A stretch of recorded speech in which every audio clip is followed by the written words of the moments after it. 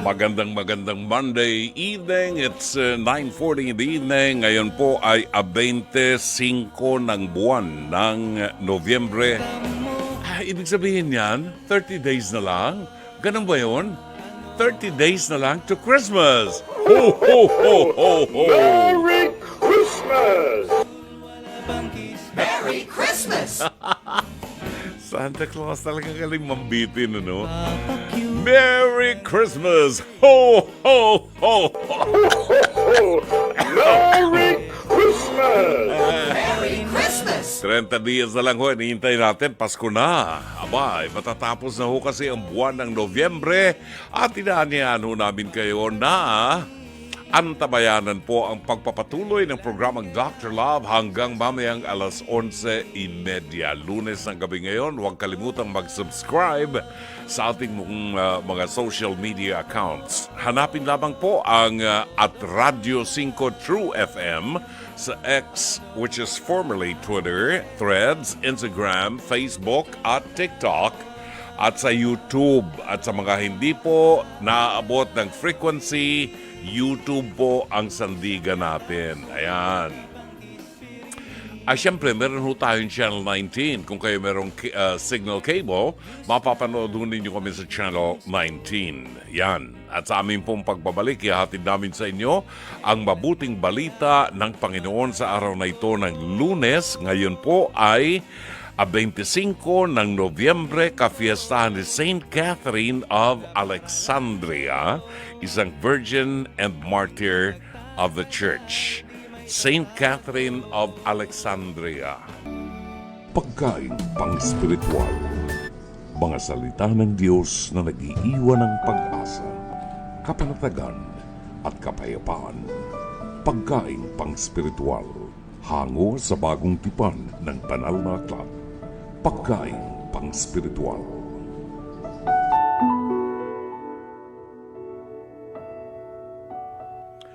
Narito ang ating pagkain pang-spiritual sa araw na ito ng Lunes. Kafiestahan ni Saint Catherine of Alexandria, isang birhen at martir na ating simbahan. Kaiba si Saint Catherine sa Saint Catherine of Siena. Ang Siena ay sa Italia. Ito po ay Saint Catherine ng Alexandria, isa sa mga sinaunang mga santo ng panahon ng ating kabataan pa ng ating simbahan. At ang mabuting balita ay matatagpuan sa 21 kabanata ng Ebanghelyo sangayon kay San Lucas, talata 1 hanggang 4.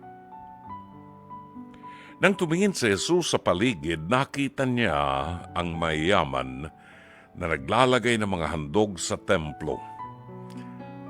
Nakita rin niya ang isang dukhang biyuda na naghulog ng 2 salaping tanso. Sinabi niya, ang inihandog ng dukhang biyudang iyon ay higit pa sa inihandog nilang lahat. Ang inilagay nila ay bahagi lamang ng kanilang kasaganaan. Ngunit ang kanyang ibinigay ay ang buo niyang kabuhayan. Mga kapatid, ang mabuting balita ng Panginoon. Pagkain pang-spiritual. Mga salita ng Diyos na nag-iiwan ng pag-asa, kapanatagan at kapayapaan. Pagkain pang-spiritual. Hango sa bagong tipan ng banal na aklat. Pagkain pang-spiritual. Maraming salamat. Napakaganda pong pagnilayan natin ng mabuting balita para sa araw na ito. Ano ba ang ating ibinabalik sa Panginoon? Kasi sa templo, sang-ayon sa mabuting balita, merong isang dukha na biyuda. Alam niyo yung mga biyuda, walang pinagkakakitaan yan. Kaya nung mga panahon ni Kristo, ang mga biyuda ay may priority. Kasi wala na silang asawa. Walang tumutulong sa kanila. So, mga single parent, yan. So, may priority ang mga biyuda. At wala silang pinagkakakitaan, walang hanap buhay, kaya hirap talaga ang mga biyuda. No? nakita ng Panginoon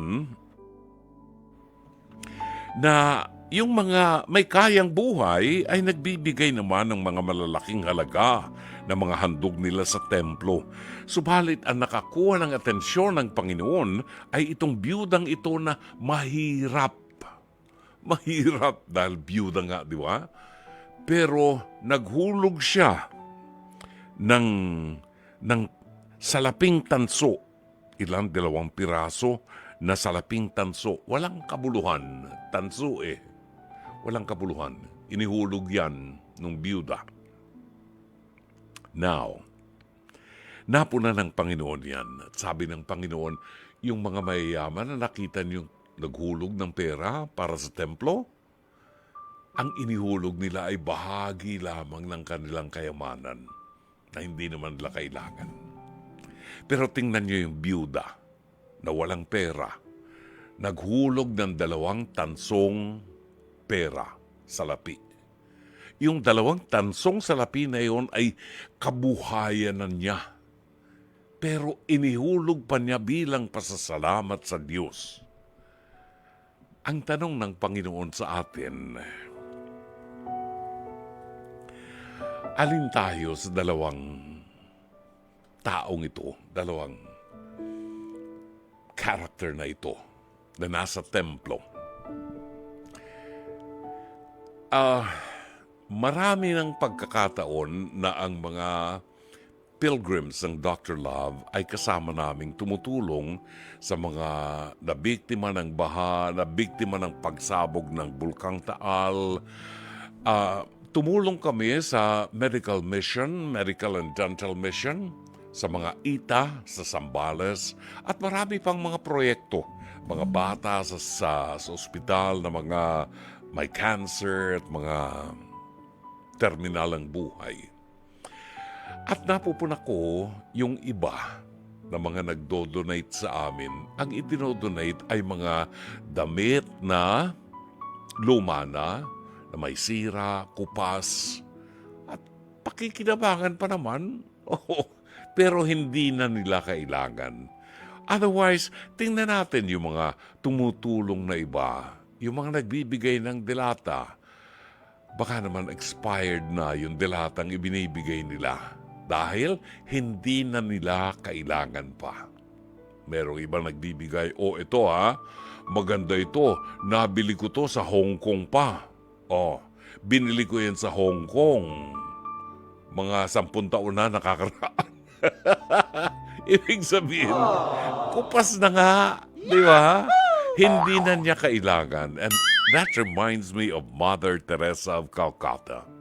Sabi ni Mother Teresa, when you give, give until it hurts.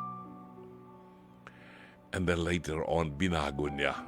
Give until it hurts no more.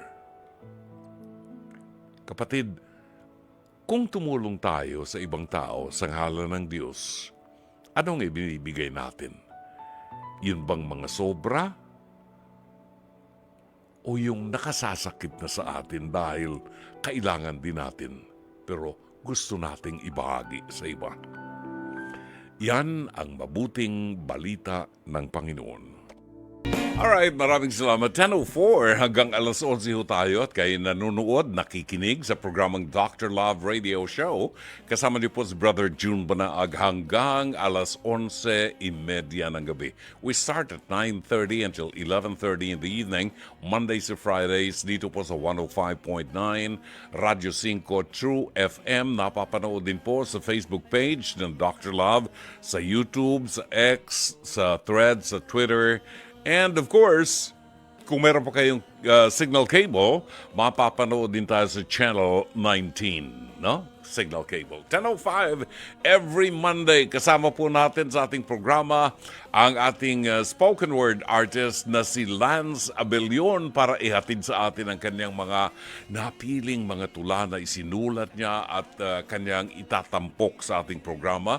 Sana marami pang mga kabataan ang matulad sa kanya na may hilig na sumulat ng mga literatura na magtatagal at mamanahin ng ating mga kabataan. Let's welcome live sa ating impilan, Lance Abelion. Lance, good evening.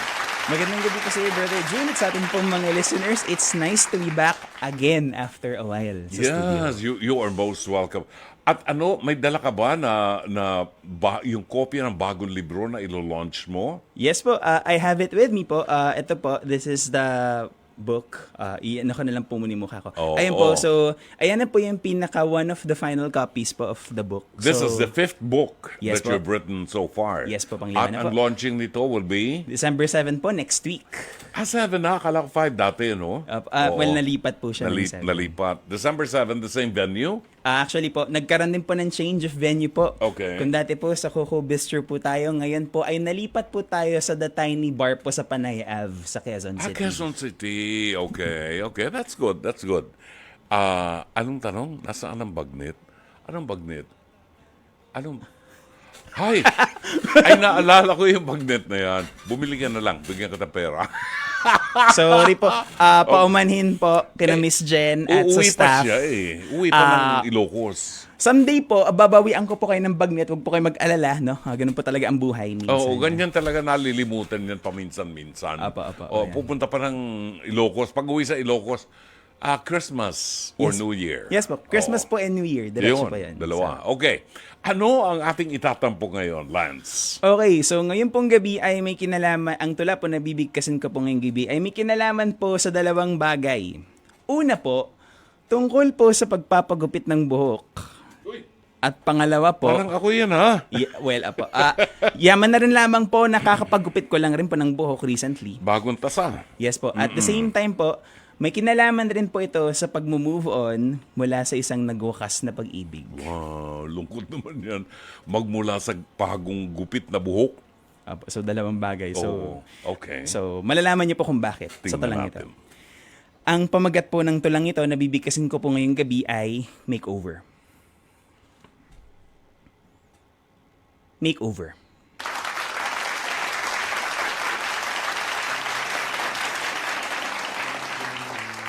Makeover. Nagpunta ako sa barbershop minsan para magpagupit ng buhok. Naalala ko noon mataas ang sikat ng araw at oras ng siesta ng karamihan. Tila maraming mga customer ang nakapila at tila sanay sa mahabang ritual ng paghihintay. Lahat naghihintay na magupitan ng buhok patungo sa pagbabagong anyo. At aaminin ko, ng mga oras na yon, naalala kita. Naalala ko ang matatamis na suyuan nating dalawa, ang palitan natin ng mga matatamis na mga salita. Pero sa bingit ng paghihintay, hetong napagtanto. Na parang pagpapagupit ang buhok ang pagwaglit sa mga alaala ng pagkawasak. Minsan ang mga alaalang hindi na dapat mamugad sa isip ay dapat nang putulin. Putulin para mas makausad. Putulin ang sakit, ang kirot, ang galit at puot patungo sa pagbabagong anyo. Patungo sa bagong ako. Na nagbago ng anyo marahil, subalit hindi ng pagkatao. At natutuhan ko na mulat sa pool, dapat ay marunong maghintay ng tamang pagkakataon na tumindig at mahalin ng mga bagay na hindi kailanman kayang putulin ng gunting o ng anumang patalim. Magandang gabi po sa inyong lahat. Wow. Maputol man dapat mag-move na. Yes. So, in other words po, ang tula pong ito ay para po sa lahat po ng mga nag-move on mula sa isang nagwakas ng pag-ibig. Ganun po talaga ang buhay minsan. Unfair po ang pag-ibig, no? Minsan, Ayun. hindi naman para sa'yo talaga. Apo, If it happens, May dahilan kaya hindi nagkatuluyan. Yes po. Tsaka po minsan po kasi, di ba, ako po, actually, ang tula pong ito is it's based on my personal experience. Oh, okay. Basically, nung panahon pong to last year, I was moving on from my previous relationship. So parang sabi ko, ito po yung kantsaw po sa karamihan, di ba? Kapag nagpapagupit ng buhok, ay siguro may pinagdadaanan to. Ganun daw. Opo. Yun po yung karaniwan pong kantsaw sa mga tao na kapag, yung particularly po sa mga girls, sa mga babae, na kapag nagpapagupit daw ng buhok, ibig sabihin daw may pinagdadaanan from a previous... Para new look. New look po. Oo. it doesn't apply po to girls. It also applies to guys din po also. So, nung time na po na to, I was moving on from a previous relationship. And how was it? Mahirap? Noong una po kasi syempre, well actually it was 1 year ago na po nung last. So, 1 year ago last year. Sa totoo lang po, mahirap po sa umpisa kasi po syempre nandun yung panghihinayang. Oo. Na sana marami pang nagawa, marami pang na-create na memories together. At ayun. So parang syempre po may mga gabi na I was questioning na parang tama ba? Parang masakit siya for me. Pero ganun po talaga ang buhay. Minsan life will teach you. Minsan po may mga taong dumarating sa buhay natin. Hindi para manatili, kundi minsan magsilbi silang leksyon para sa atin. May pitik minsan, may pitik yan. May ano. Well, ganun talaga ang buhay. Masarap, Apa, so- masarap alalahanin yung mga mga nagdadaang kasaysayan sa buhay natin. Ang aral niyan, hindi lahat ng gusto natin nakukuha natin. May dumarating pero nag-iiwan ng aral at nagbibigay sa atin ng opportunity para mas maging matibay tayo. Yes po. And basically po, I'm at my point na parang, okay, kung may padala man si Lord na bagong tao, thank you. Kung wala man, di tuloy lang ang buhay. Meron na ba? Wala pa po. Okay. Wala Sige. pa. Huwag Waiting. nating apurahin. Darating yan. Apo. Yes Diba? po, yes po yan. Okay. Sino mabatiin natin ngayon? Yes po, syempre. Binabati ko po si Mommy Edna Abellion na nanonood po sa bahay. No, hello. Via Signal Cable Channel 19 sa mga kapatid ko po sa Laya, Philippines. Magandang gabi po sa inyo. At syempre po sa mga tagapakinig po, si Sir JC Calasikas po nagpapa-shoutout. At syempre po, na-miss ko po tong taong to na batiin. Binabati ko po. Teacher JC. Yes po. At syempre po, na-miss ko po tong taong to na batiin on air. Binabati ko po si Aling Lourdes po ng San Fernando, La Union.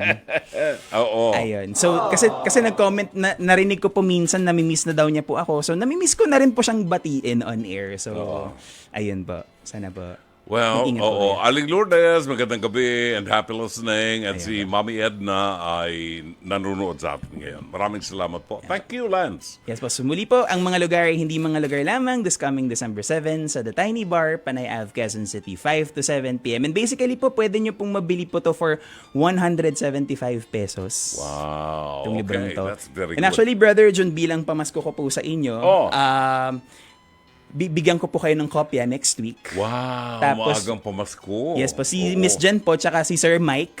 Oo. So, bibigyan ko po kayo ng kopyang 3 next week. That's Abangan. very nice. May bagnet daw po. May bagnet po, narinig ko po sa teleprompter bagnet. Nakita ko po. Siguro Miss Jen, ganun po talaga ang buhay. Someday po, makakapagdala po ako ng bagnet dito. Why not coconut? Apo, ayan. Oo, maghanda ka muna ng sinaing para tamang-tama yung bagnet na yan. Apo, tsaka po, sandamakmak na suka. Sandamakmak na suka. Suka. Pagdating dito, ayos na ayos yan. Maraming salamat, Lance. Thank you. Maraming salamat. Thank you. Lance Abellion ang ating nakasama, mga kaibigan. At ang ating tumpak na oras ganap ng 13 minuto. Makalipas po ang 10:00 ng gabi sa pagpapatuloy ng ating palatuntunan. Antabayanan po ninyo maya-maya ang ating liham kasaysayan. But in the meantime, itong bahaging ito ay ating pong itatampok ang isa sa mga bahagi ng episode ng Face to Face na napapanood po sa TV5 Lunes hanggang Biyernes 4 hanggang 5 ng hapon. At kasama natin dito si Miss Corina Sanchez Rojas. At ang ating trio tagapayo si Attorney Lorna Kapunan, Dr. Camille Garcia at ang inyong lingkod, Brother June Banaag, Dr. Love ng 105.9 Radyo 5 True FM. Ang ating pong episode sa ating Pest to Pez, hirit ni Dr. Love, ay pinabagatang Selosinta. Hindi ko na matandaan tong story yan ito. At tungkol sa selos ito, ay nako, baka ito yung yung gwapo yung kanyang asawa na kamukha ni, sino bang artista yung kamukha ng asawa niya na sabi nga ni Corina Sanchez, ang haba ng buhok, pumasok, kamukha ni Derek Ramsey. Ito yun. Tapos nagsiselos yung asawa niya kasi medyo may edad ng konti na yung asawa niya. Tapos na-stroke actually. Na-stroke yung babae. So parang meron siyang sense of feeling of insecurity dahil yung kanyang asawa ay kamukha ni Derek Ramsey na very tempting para sa mga babae na kapaligid sa kanya. Panoorin po natin ang ating episode ngayong gabi, Selos Selos Sinta.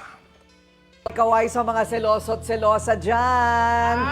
Kwento ito ng selos. Sigurado ako relate much kayo rito. Konting kibot, selos. Konting kibot, hinala.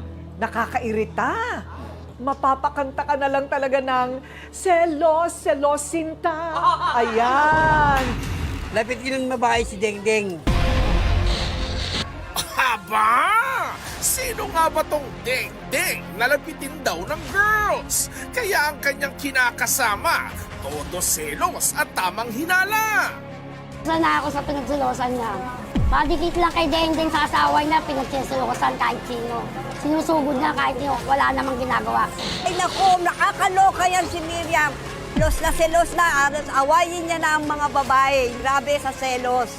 Mata niya, hindi niya na maano na ang tingin niya. Galit na agad siya, na parang aagawin na agad sa kanya. Ano kaya ang magiging ending ng dalawang nagsasama kung laging may paghihinala? Hold on pa ba? O bye-bye na?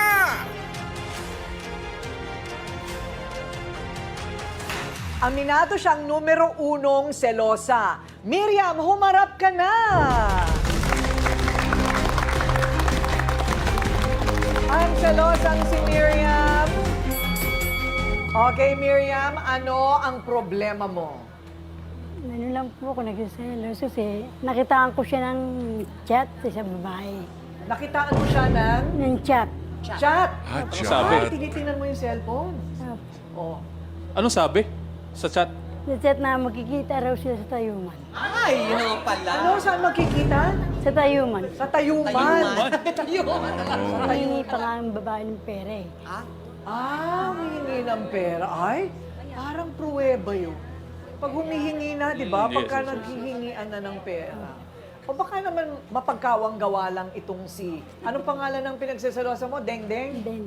Si Deng-deng. Si Dengdeng? Ito ngayon ang siste. Kasi mas bata sa inyo ng 17 taon. Si Dengdeng. Si Deng-deng. Ilang taon na kayo, Nay? 57 po. 50? 57. 57. Eh di, ano siya? 40? 48. Ha? 57. 40. 40. Yun. Batang-bata pa. So, kaya pinagseselosan ni nanay. Paano mo nga siya nabingwit? Eh, ano lang kami, talagang magkapit-bahay po kami. Magkapit-bahay kami ngayon. Pag naglalaba po ako, wala siya ibang nakakausap, nakikita, kundi ako lang nakakausap na. Kumbaga, nagka-developan po kami. May record na ba ng panloloko itong si Dengdeng? Talaga pong babaero talaga siya. Babaero na talaga. Eh, bakit mo nagustuhan ng babaero?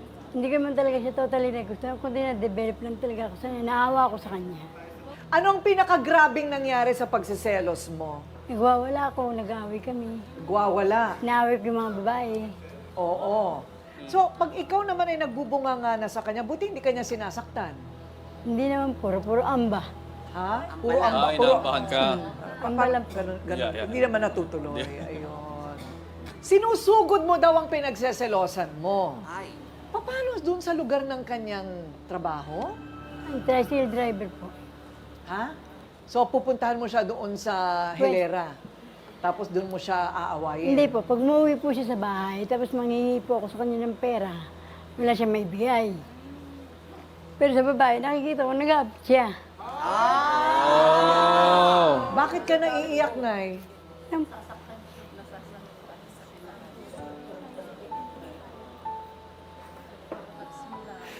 Masakit nga naman yun. So, ibig mo sabihin, kilala mo yung babae.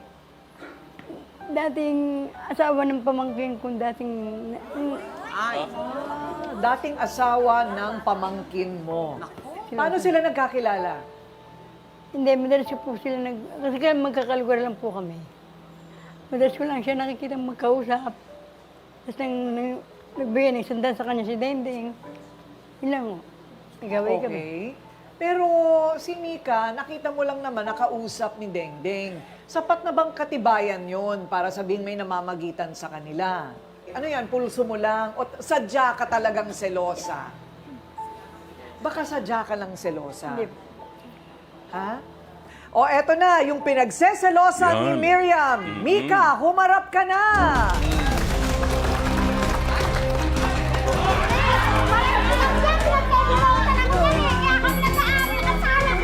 Matanda yan. Sila. Okay, at ikaw naman. Tanda na! Ayun! Okay. Kasi Ay! ikaw may asawa ka na lumalandi ka pa. Dahil na kita, pinagseselosan mo pa ako. Bugaw ka naman. Hindi ako bugaw. Anak ko. Ayun. Yung isa selosa, yung isa gerera. Ikaw yun. Parang galit na galit ka, no? Ano po? Bakit ka? Anong problema, Mika? Nag-away po kami ng asawa ko. Sinugod po niya ako sa bahay namin. Mm. Kaya nag-away kami ng asawa ko. Iniwalayan po ako ng asawa ko. Huh? Dahil po sa kanya. Binigyan lang po ako ng 100 ng asawa niya. Para po, pambili ko po ng gamot ng anak ko dahil po sinusumpong ng hika. Ba't di Hiram mo po sabihin ako sa sa akin? kanya. Sa asawa niya po. Okay. So, kasi magkaibigan naman kayo talaga ni Dengdeng. Opo. Lagi po kami nag-uusap noon. Okay, pero, may asawa ka. Opo. Ilan ang anak mo? Dalawa po. Dalawa, yung isa may sakit. Opo. Kaya ka lang binigyan ng 100 piso na nakita niya sa chat ninyo, dahilan yung gusto lang tumulong para sa pagpapagamot ng Opo. anak mo. Opo. Merong mga hindi naniniwala na it's possible ng babae at lalaking malapit ay walang relasyon. Hindi. Para sa akin kasi minsan kasi, tulad niya, magkakilala naman sila. Kuring, di ba? So, yung babae, pwede naman magsabi kasi dito din, diretso na, hindi na dadaan sa lalaki. Kung nagkusa yung lalaking magbigay, sana, in-inform yan na binigyan ko nga pala si ano, para at least aware to, para hindi mag-isip ng kung ano yung Ganun binibigay. ba yun? Oo. Bakit alam mo ba na selosa siya? Opo. Oh, well. At saka sa yung lalaki din mismo, dapat sinasabi din niya na, uy, bibigyan ko to kasi nangangailangan. Kasi pumangkin mo naman to eh. Ang Yun hirap, nga. ang hirap talaga ng relasyon, ano? Kailangan Mahirap. lahat ipaalam. Kung minsan, hindi rin magseselos yung babae kung walang nakikitang motibo. Tama! Oh, Dr. Love, masama ba ang pagseselos? Alam mo, Ate Kuring, ang sarap ng pinagseselosan. Ay, ayoko yan. Pag yung kapartner mo nagseselo sa'yo, feeling mo talagang gwapong-gwapo kang haba ng buhok mo, you know. Minsan lang yun. Pero pag araw-araw may selosan, nakakaasar na, hindi na maganda. Pero ang katotohanan yan, may mga lalaking katulad ko na malapit sa mga babae. Mas marami akong kaibigang babae kaysa sa mga lalaki. And I'm a very, very touchy person. At alam ng asawa ko yan. Alam niya ng mga kaibigan ko, niyayakap ko sila eh. Wala namang mali siya yun. Sabihin ko, sa isang relasyon, kailangan ng 3 elemento para maging matibay ang relasyon. Una, mahal mo yung lalaki or babae, karelasyon mo. Pangalawa, nire-respeto mo yung karelasyon mo. At pangatlo, yung tiwala kailangan nandun. Alin man dyan sa 3 yan ang mawala, hindi magtatagumpay ang isang relasyon. Now, ang lalaki, pag lolokohin ka niyan, miski anong gawin mo, hindi mo pwedeng bantayan ng 24 oras yan. Gagawin namin yan kung gusto ka naming lukuhin. Pero pag nandun yung pagtitiwala mo sa kanya, alam niyang masasaktan ka kasi mahal ka niya. So patunayan mo sa kanyang nagtitiwala ka, mahal mo siya at nire-respeto mo siya, ibabalik niya yun sa'yo. Kasi pag selosa ka, lahat ng gagawin ng pinagseselosan mo, masama ng tingin mo. Ang tanong, kayo ba'y may commitment sa isa't isa? Meron ba kayong daluyan ng biyaya ng Diyos sa pagsasama niyo? Meron ba kayong, sumailalim ba kayo sa sakramento ng matrimonyo? Kung wala, itong problema, yung sense of insecurity, kasi hindi mo siya asawa, kalidin mo lang siya. I wish you all the best. Ayan. Thank you, Dr. Love. Walang anuman. Sabi ko sana, Mama Carla. Kuring na pala. Si Ate Kuring.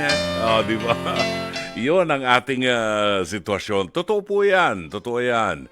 Na kapag po ang pagsasama ng mag-asawa walang dinadaluyan ng biyaya, ng grasya. Nagli-live-in lang kayo. Live-in lang. Hindi ho magtatagal kasi walang biyaya. Walang basbas ng Panginoon. Walang blessing, di ba? Ganun pa man, kailangan po talaga yung pagtitiwala, yung tatlong elemento. No? Tatlong elemento para maging tagumpay ang pagsasama. Kailangan nandiyan na yung respeto, yung pagtitiwala at pag-ibig sa isa't isa. Normal po yan. Pag nawala ang isa dyan sa tatlong elementong yan, goodbye na ang lahat. No? Kailangan maramdaman ng asawa ng lalaki na pinagtitiwalaan siya nung babae. Kasi hindi po pwede, nakasasakal po talaga, nakasasakal. Although masarap ang feeling ng pinagsisilosan dahil alam mong mahal ka nung nagsiselos. Pero pag araw-araw, nakasasakal po talaga. Kung ang karelasyon mo, hindi ka na makakilos, hindi ka na makahinga. Dahil lahat ng gawin mo, pinagsisilosan ka niya. No? Lahat ng gawin mo may kahulugan sa kanya. Nakakaasar ho yan at hindi tatagal ang inyong relasyon pag ganyan.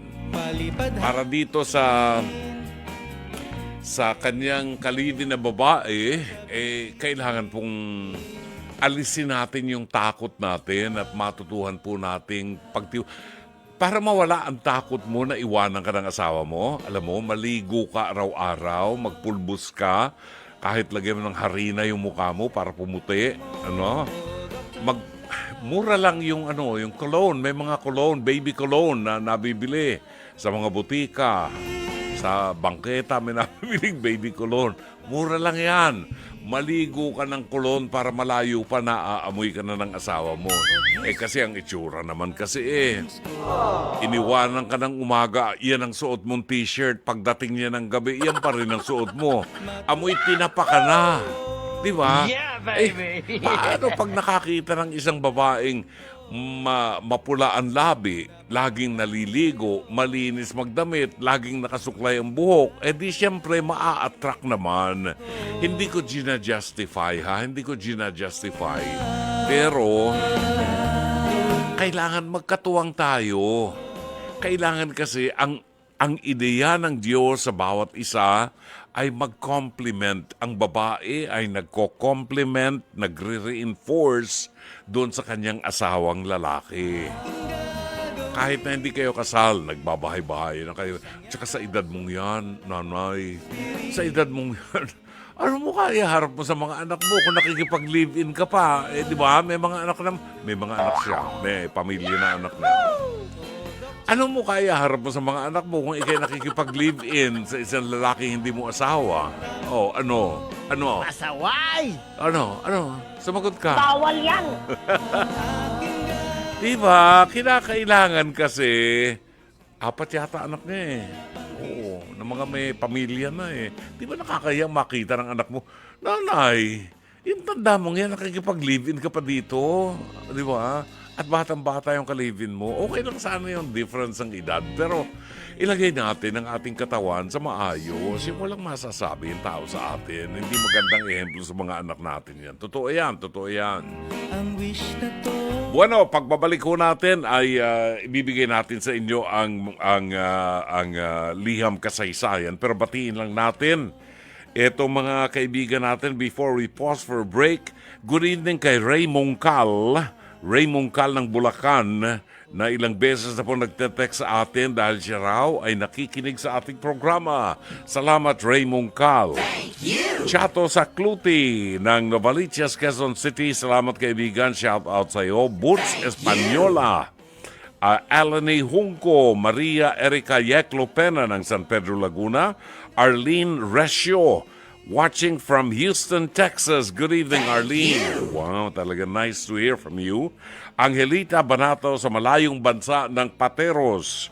Reynaldo Cinco Carciliar Jr. Buwabati din po at nagpapacheck ng attendance. Shout out tayo kay Julieta Sukitan ng Cabiao, Nueva Ecija. Roel Malvar Crisostomo ng Bacoor, Cavite. EP Saulog The more you worry, the more you hurry to the cemetery. Sabi niya. Totoo yan. Marie Legata Toscano. Silver Ace. Good evening, Brother June from Metro Davao with Mami Lorlene. Babatiin natin dyan si Mami Lorlene, si Amadeo Giorgio Gonzalez.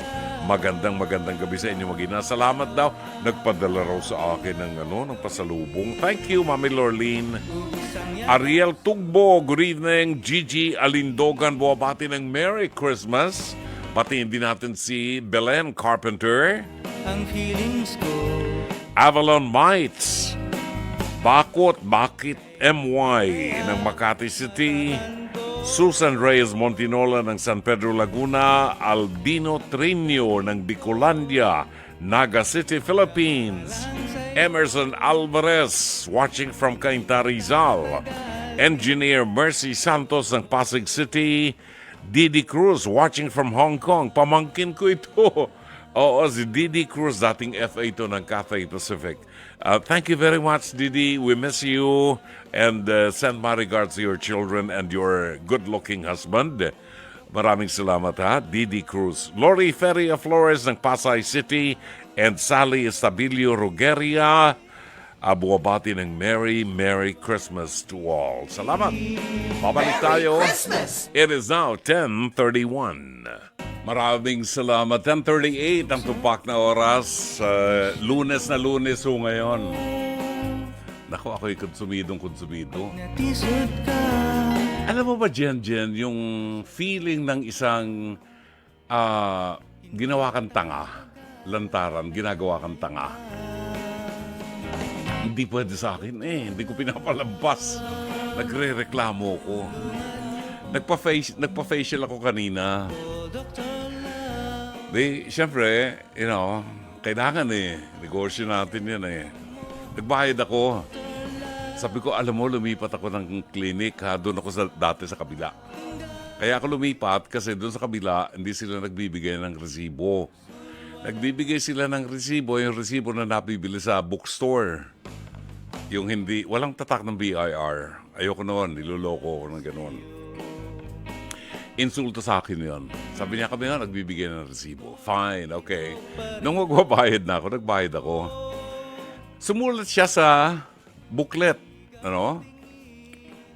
Okay lang. Sabi ko, maganda. Nasa akin pa yung kopya ng receipt. BIR, makinig kayo. Bureau of Internal Revenue, makinig kayo. Binigay sa akin yung resibo. Nakita ko, tinanggal niya yung carbon paper. Ibig sabihin, binigay sa akin original, yung duplicate, walang data. Tinanggal yung carbon paper Now, how would you present that to BIR? Paano malalaman ng BIR kung magkano ibinayad ko na kailangan bawasan ng buwis? Di ba? Bawal yun Ginawa yun sa harap ko. Sabi ko, bakit ganyan? Ininsulto mo ko. Anong tingin mo sa akin, tanga? Di ba? Anong tingin mo sa akin, tanga? Binayaran kita, binigyan mo ko ng resibo, hindi naka-reflect sa BIR receipt. Pinipresent nyo ba sa BIR yung booklet na yan? Malamang hindi. Kaya tinatawagan natin ang BIR. Ang dami ng loloko sa inyo, nagkakautang-utang ang Pilipinas ng trilyon-trilyon sa ibang bansa kasi wala tayong pera. Alam niyo, ang pera natin nandyan sa mga negosyante na niloloko kayo. Kasimple. Hindi niyo alam yan. Di ba? Nakakapagtaka, sabi ng isang kausap ko, Brother June, kung isusumbong mo yan sa BIR, baka papuntahin ng ahente dyan, yung ahente, corrupt, magpapabayad. Tapos, baliwala din ang kaso. Saan kami pupunta ng mga Pilipino na nagbabayad ng buwis? Kami dito, bago namin makuha ang sweldo namin, bawas na ang withholding tax. Pag nagpakarga kami ng gasolina, nagbabayad pa kami ng VAT. Alam mo yung feeling ng ginawa kang tanga ng sa harap mo, niloko ka. Gawin niyo sa akin yan, papalag ako, maniwala kayo. Babae pa naman yung nag-issue ng resibo. Kapal ng mukha talaga. Kaya ho, walang kapuntahan ng Pilipinas. Tingnan niyo mga politiko natin, nagbabantaan, papapatay kita, papapatay ko pati asawa mo, pati... mga Pilipino, di ba? Pag natisod ka. Tapos pag tinanong mo sabihin, joke lang yun, joke. Ano, parang kang tatay mo. Hindi mata. Ay, nako, kunin natin ang opinion ni Sugar ng Pampanga. Opinion to, hindi sa BIR, ha? Hindi dun sa mga nandadaya sa buwis. Kaming mga tapat na nagbabayad ng buwis. Nakakasama ng loob, eh. Huwag na lang kaya ako magbayad ng buwis. Di ba? Hindi ko naman makonsensya, eh. Ay, nasa linya natin, Sugar ng Pampanga. Good evening, Sugar. Magandang gabi po, Brother June. Umuusok ang aking ilong. Ayaw natin yung ginagawa tayong tanga, Brother June. Totoo Ayaw lang, din natin taran. yung nagpapanggap na masakit ang ipin, may sakit. Oo, di ba? Di ba? Ayaw natin yung mga ganon. Nakakainis. Sana walang mga ganon. Sana. Oo. Pero hindi naman maiwasan. Naaawa ako sa bansang Pilipinas, sa aking mga apo. Lubog na sa utang kasi nangungutang tayo. Ang daming pagkukunan ng utang kung magiging busy lang ang BIR. Kawawa yung mga tapat na natatabunan ng mga hindi tapat, Brother June. Ang dami na ngayon ng hindi tapat. Marami na. Ayun. Balikan na natin. Pinost ko sa Facebook. Sige po. Pinost ko sa Facebook. Sabi ng misis ko, bakit kailangan i-post mo? Ako nahihirapan ako, ha? Hindi ko kaya ng sigmurain yan. Yeah, pareho tayo, Brother June, na hindi kayang makapag-handle ng galit na hindi nilalabas. Nako. Or inis na hindi nilalabas. At palagay ko na may tama yan. Alam kong niloloko mo ko, lolokohin mo ko ng lantaran. Ano tingin mo sa akin, tanga? Di ba? Yes, Brother June. Ayun, balikan natin ang problema nitong ka-live-in, ha? Ka-live-in. Yeah. Yung ka-live-in na nanay ay may mga anak na, may mga pamilya na. Dahil meron tayong paniniwalang hati dyan. Oo. Yung kanyang ka-live-in ay mas 14 years younger than her, na kamukha, Yes po. quote-unquote, kamukha raw ni Derek Ramsey. Huwag magagalit si Derek, ha? Yun lang nadinig ko. Okay, what's your opinion on this? Kasi Brother June, di ba nabanggit nyo kanina na ang pagsiselos, actually totoo yun. Too much of something is bad enough, sabi nga ng isang kanta. Ano bang bagay na masama, na sobra, ay talaga namang nagdudulot ng masama. Pero kasi, in their case, parang, pasensya na Brother June, kung nag-store dito, nasasalas ako. Okay lang. Kasi in their case, parang binigyan ng lalaki ng tulong yung babae na 100 pesos para dun sa anak. Actually, wala namang masama sa pagtulong. Pero kung inaakala mo naman na ikaw ay gawin mo, bakit ka naman matatakot? Bakit mo naman hindi sasabihin dun sa babae? Sabihin mo sa asawa mo na ay tinulungan ko si ganon. Uy, tinulungan ko si ganito, ha. At saka bakit hindi siya ang pagbigayin mo ng tulong na yon? Is it because ganun ba siya kasama? Iba yung masama ang ugali, ha. Iba yung selosa. Hindi po komot selosa, masama na din ang ugali. Magkaibang kategorya po yun, ha. Baka naman binibigyan niya ng katwiran. I'll tell you a short story kung may oras pa tayo. Sige. Meron akong isang kaibigan. Meron siyang isang kapitbahay. Yung kapitbahay na yun ay para siyang may mga kilala siya na mga nagtitinda ng mga piyesa ng kotse at mga parts ng kotse. Then kinailangan niya ng gulong. Ang mahal nung kinukuhanan niya ng gulong. Sabi niya, baka naman meron kang alam na hindi ganito. Hindi 35 or Mas something. mura. Oo. Sabi nung kapitbahay ng babae, sige, I'll text you pagka may alam na ako. Ayun na. Doon na. 5 years. Hanggang ngayon, going strong. Ang alin? Ang kanilang relationship. Nagkaroon sila ng relasyon? Yes. Out of the gulong? Yun. Okay. Kaya hindi natin masasabi ang buhay, Brother June. Kasi, pwede naman na walang kamali-mali siya, pero nangyari ang mga ganong pangyayari. Siguro sabi nga nila, ulitin ko na naman lagi, kung ayaw mong masunog, huwag kang lumapit sa siga. Siguro sa nangyari sa kanila, kadalasan kasi wala namang problema makipagkaibigan. Kaya lang, it will all depend upon the situation siguro. I don't know if you will agree with me na kadalasan po ay, halimbawa, pag ang dalawang opposite sex ay nag-usap, na pareho ng may commitment, tapos napapag-usapan nila yung kanilang mga problema, then little by little, nagiging close sila. Yun na siguro yung sumosobra at hindi malabong mangyari na mapunta sila doon. Bakit? Kasi may problema sila sa kanilang mga may problema yung isa sa kanyang partner. Dahil sa napakaselosa. Oo, yung kagaya ng sample mo na nabuo yung relasyon ng dalawa, no? Dahil lang sa gulong, Brother June. Dahil sa gulong, ginusto nila yun eh. Actually, Yes, miski Brother magselos ka na June. magselos, hindi mo mababantayan na lalaki. 24 hours yan. Alam niya paglabas yan ng bahay, may Totoo asawa naman siya. yun. Diyan naman papasok yung tiwala sa sarili, Kung Brother June. lulukohin Kasi ka, etong problema. lulukohin ka. Kung napatunayan mong niloko ka, then you make a decision.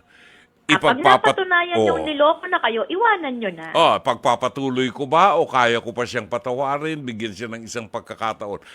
Pwedeng ganun eh. Pero patunayan muna na niloko ka. Pag niloko ka, patunayan that's a munang different niloko ka. story. Oo. So far, yun lang naman ang red flag na ginawa niya, di ba, Brother? Oo. Yung nagbigay siya ng 100 na Oo. hindi niya sinabi doon sa... Kita mo- Yun na nga yung questionable, bakit hindi niya sinabi? Kita mo Ano naman bang yung mga problema? kapitbahay, nagre-reklamo na. Na pati sila ng mga naglalaba doon pinagsisilosan, talagang masama ang tingin. Kakaiba naman yung Ano Brother na, June. something is terribly wrong. Hindi na, Ang isa pang out of control na pinagmumula siya. niyan, baka wala siyang pinagkakaabalahan, Brother June. Maybe. Oo. Iba-iba kasi ang pinagmumulan eh. Katulad ko, halimbawa, isa sample ko na sarili ko, Brother June. Ito ha. Masabi ko lang. Yes po. Kung napuna mo, inamin niya na nagkaroon siya ng stroke. So medyo na gumanon yung kanyang face. Plus, consider also her age, which is 14 years. May edad na kasi his siya, Brother senior. June. Oo. So ito yung mga facts na Pwede nagbibigay pagmula sa ng kanya ng insecurity. insecurity. So, okay. Yes, Brother June. Iba-iba kasi yung Brother June, like in my case, hindi ako selosong tao, pero nagagalit ako na niloloko ko. Which is normal. Wala naman taong... Kaya lang ako nabubwisit dahil doon. Lagi kong tinatapat sila. Kung lolokohin ako, kung ayaw mo na, just say it straight. Hindi yung tayo ay maglolokohan pa kasi okay naman ako. Buo ang tiwala ko, may trabaho ako, buo ang paniniwala ko na okay lang. Yun minsan ang nakakapikon, Brother June. So minsan, hindi lang siya epekto ng pagseselos, kundi epekto siya ng iyong pride at ng iyong self-esteem. Sa kaso niya, siguro sa kanya epekto yun na insecurities nga niya. Anong dapat niyang gawin kung hindi niya matagalan? Di iwanan niya na. Exactly.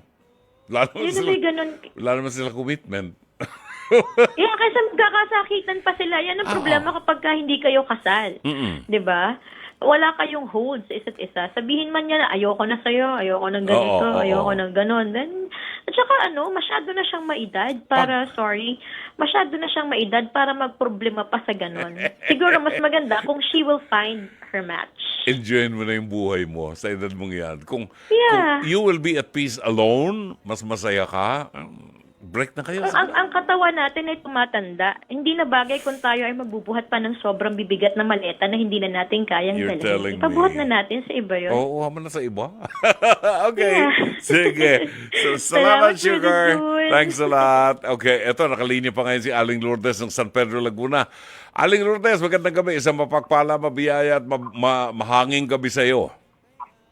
Isang maganda, mabiyaya at mapagpalang lulis ng gabi sa iyo, brother. Ayun, brother. Anong masasabi mo dito sa mag-asawa? Hindi pala mag-asawa, mag-live-in na ito. Ay, una po sa lahat, na tutuwa po ako kay Sugar. Ang galing-galing po niya. Oo, talaga. Oo, pwede siya mag-co-host sa akin. Ano po, mamiss ko rin po yan si Sugar. Oo. Sugar! Pag-advance eh. Oo. Okay. Opo. Wag na, tapos na sa sugar. Anong masasabi mo dito sa dalawang magsyota na ito? Naku kung sa akala niya, niloloko siya, ay iwanan niya na. Nagpapatuloy pa siya sa pakikisama dyan eh. Kung alam niyang niloloko siya, di iwanan niya na. Oo. Kaso wala naman siyang pruweba na niloloko siya eh. Opo. Yung pagbibigay ng 100 pesos dun sa pamangkin po niya yung binigyan. Kaibigan. Ay, kaibigan. Ay, lang din po yun. Maring nangangailangan din po yung kaibigan niya dahil may sakit na yung anak. Pero ang lalaki, dapat sinabi din niya dun sa babae na... Baka kaya hindi sinabi dun sa kalibin niya kasi nga magiging malaking issue yan sa kanya. Di ba? Ay, hindi rin po naman tama din na ilihim. Kung dapat talagang sabihin niya na ito, nagbigay ng kaibigan mo na what if so, awa ko doon sa anak. Oo. Okay, so ano ang decision mo? Anong maibibigay mong payo? Sino po ba yung babae niyon?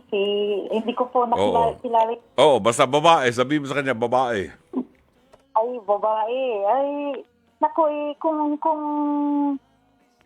nawawalan ka ng tiwala dyan sa talibin mo, bihiwalayan mo na. Oo. Patulugan lang.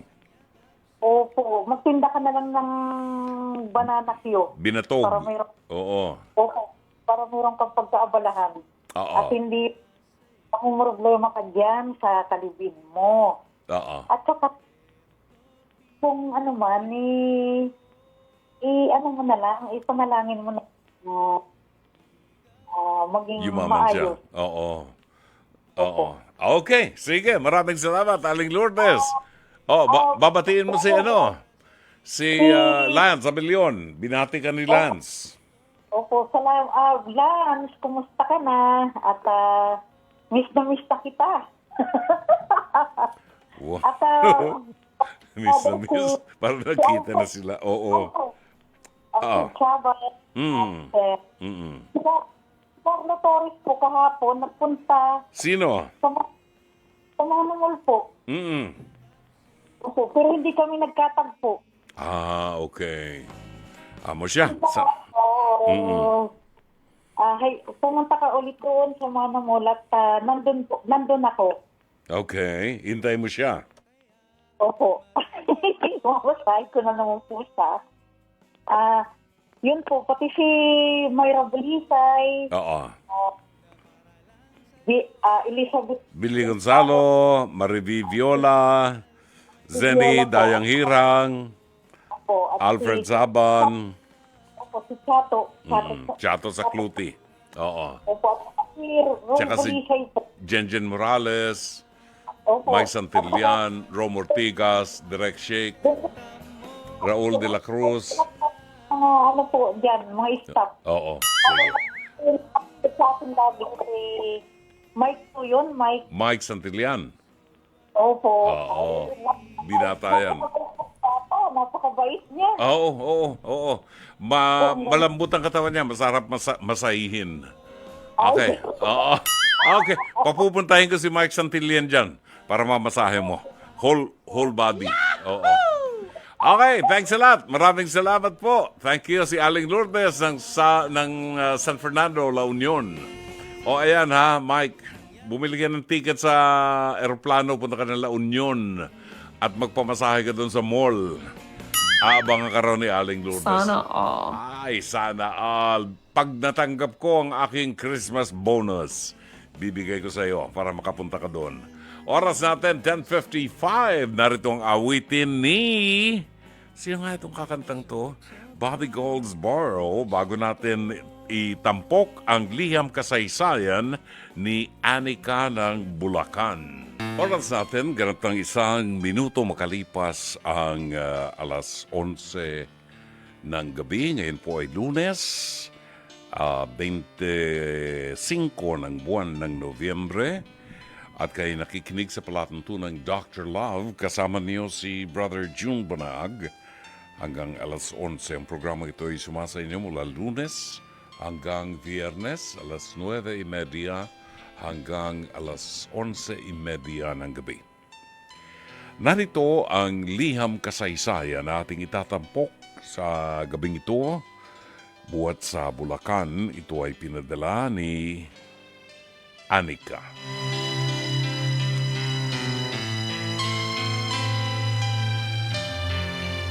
Dear Dr. Love, ako po si Anika, 31 years old. Currently, 3 taon ang may boyfriend. Pero sa totoo lang po, gusto ko na kasi talagang hiwalayan ng boyfriend kong si Julius.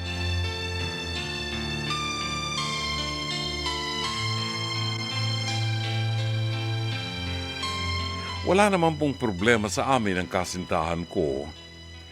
Pero hindi ko na kasi talaga kayang matagalan ang pakikisama ko sa kanyang pamilya. Paano ba naman? Sa kanya pa rin kasi inaasa ng kanyang pamilya ang kanilang pangailangan. Noong unang mga buwan namin ay alam ko na ang setup niya. Tanggap ko yun dahil akala ko wala lang opportunities na dumatating sa kanyang mga kapatid kaya wala pa rin silang mga trabaho. Kaya ang ending, si Julius lang ang mag-isang sumasalo sa lahat ng gastusin sa kanilang bahay. Makalipas ang 1 taon naming relasyon, ay nagdesisyon na rin kami na sa kanila na rin kami tumira. Sa stay ko sa kanilang bahay, sa kanilang tahanan, ay doon ko nakita kung paano gumalaw ang kanyang pamilya. Ang problema ko, Dr. Love, sa kanila ay hindi man lamang marunong makiramdam ang kanyang pamilya dahil sa nahihirapan at kailangan na rin ng tulong ni Julius. Matatanda na ang mga kapatid ni Julius pero ang 3 kapatid niya na yun ay still nakaasa pa rin sa kanya habang ang kanilang bunsong kapatid ay nagagawa ng tumayo on his own. Hindi okay para sa akin yun, Dr. Love, maliban na lamang sa kanyang magulang dahil alam ko namang matanda na rin po sila. May magandang trabaho naman ang boyfriend ko pero sa kabila niyan ay wala pa rin siyang naiipon dahil siya nga ang sumasalo sa lahat ng pangailangan at gastusin sa kanyang pamilya. Sobrang naawa ako sa kanya dahil nagagawa niyang saluhin ito given na halos magta-37 years old na rin siya ngayong taon. Maski sa paglilinis ng kanilang bahay at pagtitipid ng kuryente, ay hindi na rin maaasahan ng mga kapatid ni Julius. At kailangan pang pagsabihan kaya ang ending, mas lalo lang din ako na-stress na malala ng malala.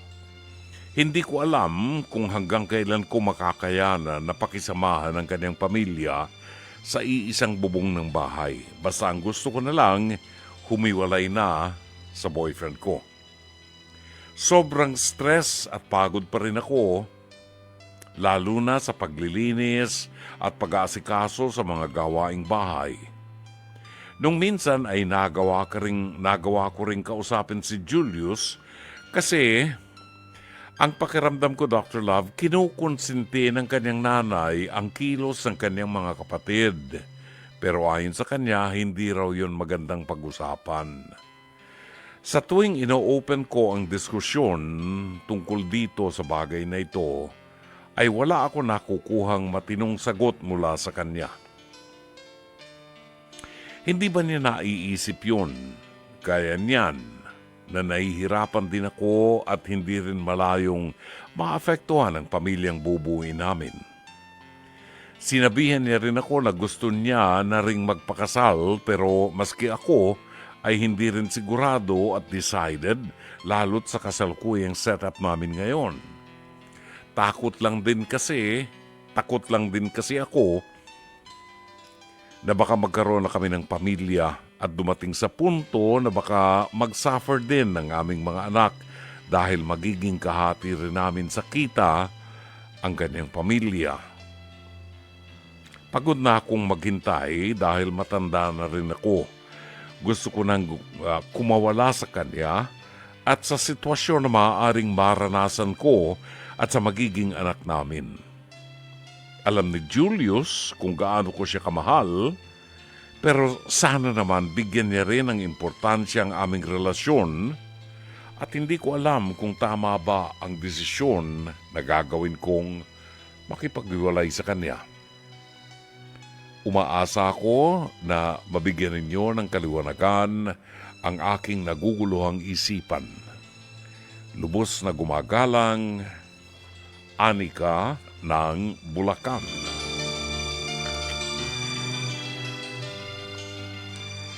Alright, balikan natin ang kasaysayan ni Anika ng Bulacan. Maraming salamat sa iyo, Anika.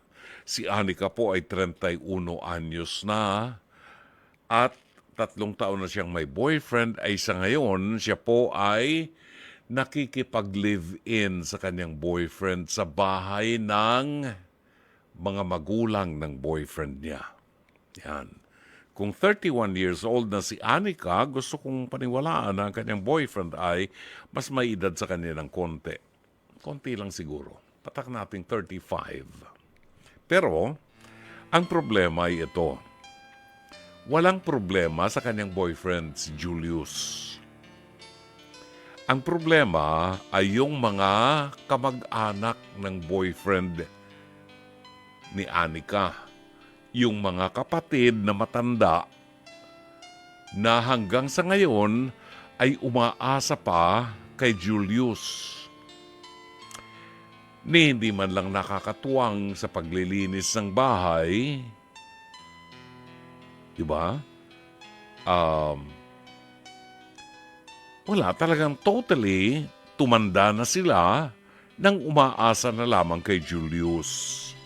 Si Julius naman ay mabait dahil sinusuportahan ng kanyang mga kapatid, pati ang kanyang mga magulang. Now, 3 years na sila. My question is this. Well, ito siguro magandang epekto ng pag-live-in niya, pakikipag-live-in niya kay Julius dun sa bahay ng mga magulang ni Julius. Ano ang epekto? Well, ang magandang epekto, nakita niya ang klase ng pamumuhay ng pamilya ni Julius. Now, ang nakatatakot dito, Anika, kung ano ang puno, yun ang bunga. Okay? Kung ano ang puno, yun ang bunga. Kung ano ang nakita mong kinalakihan ni Julius dyan sa bahay na yan, posible na yan din ang paraan ng paglaki ng iyong mga anak dahil yan ang makikita nila sa bahay. Na lumalaki ang mga magkakapatid na walang responsibilidad. Ibig sabihin, irresponsable, walang kusa. Walang kusang maglinis ng bahay at iaasa sa ibang tao. Walang kusa na maghanap buhay kahit matanda na para meron silang panggastos sa kanilang sarili. Hindi mo nabanggit kung may asawa na yung mga kapatid niya. Gusto ko lang isipin na wala pang asawa. Pero kung may asawa na yung mga kapatid niya, the more sakit ng ulo ito. Kung ganyan ang kalalakihan ng mga anak mo na uri ng pamumuhay, hindi ako magtataka. Ganyan din ang magiging uri ng pamumuhay at pananaw ng iyong mga anak. Mabuti, hindi ka pa nagbubuntis. Mahinang klase si Julius. Kung matagal-tagal ka nang nakatira dyan sa bahay na yan at hindi ka pa nagbubuntis, mahinang klase si Julius. Kung ako ang naging boyfriend mo at nakatira ka sa bahay namin, sa 1 linggo pa lang pagsasama natin, nagdadalang tao ka na. At malas mo kung ganito ang pamilyang kakalakhan ng iyong mga anak. Ang sabi mo, walang problema kay Julius. May problema kay Julius kasi nasanay si Julius sa ganyang setup. At hindi magandang setup ng pamilya, parang mga parasites. Yang tinirhan mong bahay na yan. Hindi magandang setup ng isang tao, yung tumanda ka na nang wala ka pang hanap buhay, dahil hindi ka naman mayaman, hindi balik kung ang apelido mo Sobel de Ayala. O kaya, Rojas. Di ba? Kung taga Quezon City ka. Hindi balik kung ang apelido mo mga lahing mayaman. Kung sangkahig santuka ka rin katulad ni June Banaag, kinakailangan nating maghanap buhay at magbanat ng buto para maabot natin ang mga pangarap natin. Ano ang mga pangarap natin? Pangarap natin magkaroon ng kotse, magkaroon ng motorsiklo, pangarap natin magkaroon ng bahay na may pintura, pangarap natin na pag tumanda tayo, kukuya-kuya-kuy na lamang tayo dahil nakapaghulog tayo sa social security system at meron tayong pensyon. Ano ang pensyon na aasahan mo kung ever hindi ka nakapagtrabaho? At umasa ka na lamang sa kapatid mo na bunso na nagtatrabaho. Anong klaseng pamumuhay meron yan? And if this is the kind of family I will live in, wow, kailangan mo rito mahabang pasensya. Hindi ko rin alam kung itong boyfriend mong si Julius ay mayroong backbone na iwanan ng kanyang mga magulang at bumukod. Pero para meron kayong sariling kaharian nyo, I doubt it. Sa itsura ng pamilya, very tightly knit ang family na kahit matatanda na, hindi pa umaalis dun sa bahay ng magulang. Kasi tightly knit sila, tightly knitted family na hindi na nagtatrabaho, umaasa na lang doon sa kasama sa pamilya. Parasite nga.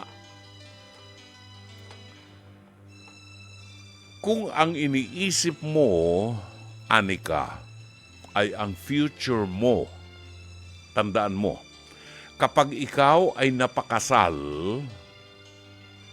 kasamang pinakakasalan ang mga magulang, ang pamilya at mga kapatid.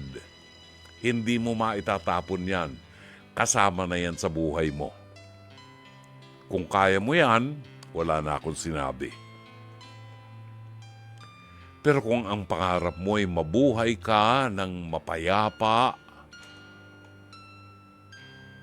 at kayo lang ng asawa mo at ng mga anak mo, mukhang nagdududa akong mangyari yan. Sa klase ng pagpapalaki sa boyfriend mo, mukhang hindi lalayo sa magulang niya yan. So magkakaroon ka ng problema. Sa mga magulang, kaya mong palampasin, di ba? Kaya mong palampasin yung mga magulang niya. Paano yung mga kapatid na mga parasites na umaasa sa kanya na matatanda na ayaw pang maghanap buhay? Pag-aawayan niyo yan. At mukhang ang boyfriend mo ay walang plano na putulin ang sustento sa kanyang mga kapatid na umaasa sa kanya.